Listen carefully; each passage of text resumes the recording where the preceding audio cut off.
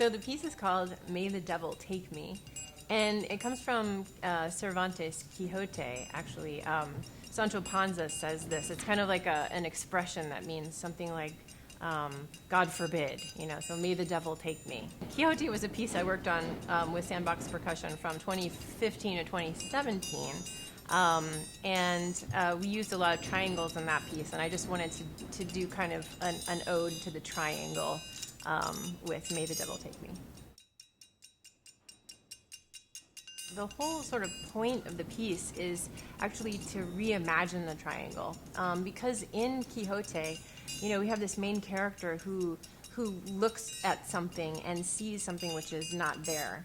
And Sancho Panza is always kind of responding to this. And so there are these two realities happening. And so with the triangle, I was trying to think, okay, well, what is it that the triangle does? It's this resonating thing.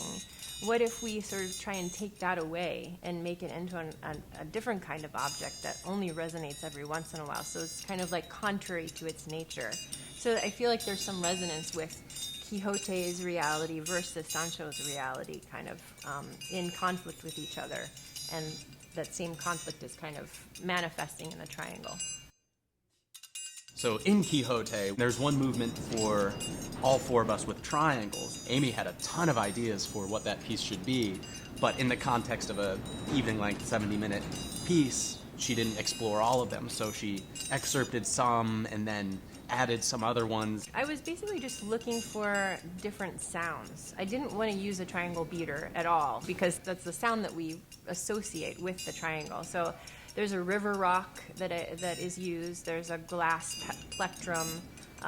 There are pliers, the rubber-coated handles of pliers that are used. At moments throughout the piece, we're asked to muffle the triangle, oftentimes very quickly, back and forth between muffling it and opening it, so we kind of get this open-closed effect. So it's just a matter of finding timbres that make the triangle kind of speak differently, to find the different, like, tiny voices inside of the triangle. We really love that it is so versatile. It's like a fun, sort of groovy, lighthearted piece, but then also at times it's kind of like driving and intense. I think it has a little bit of everything. Just four triangles, I think it really captures people's attention and their curiosity. We just started talking about, well, wouldn't it be cool to do a series of short pieces in which maybe the whole thing is called 4x4, so you have a quartet playing this, four of the same instrument.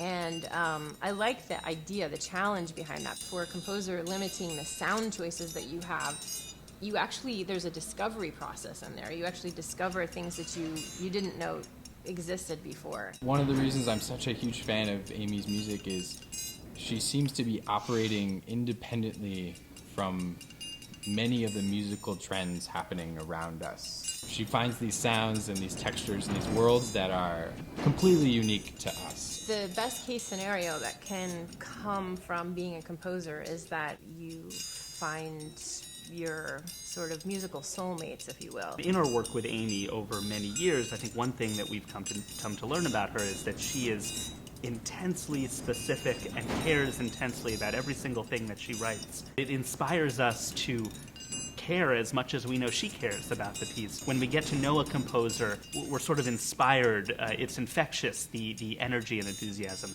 that they have for their art, and it really bleeds off onto us. It's a really beautiful thing, and then you just want to kind of continue that because the friendship actually comes from making music together. I think that's one of the ideas behind this piece, is just kind of to continue that and to kind of find where we go from here together as a quartet plus one.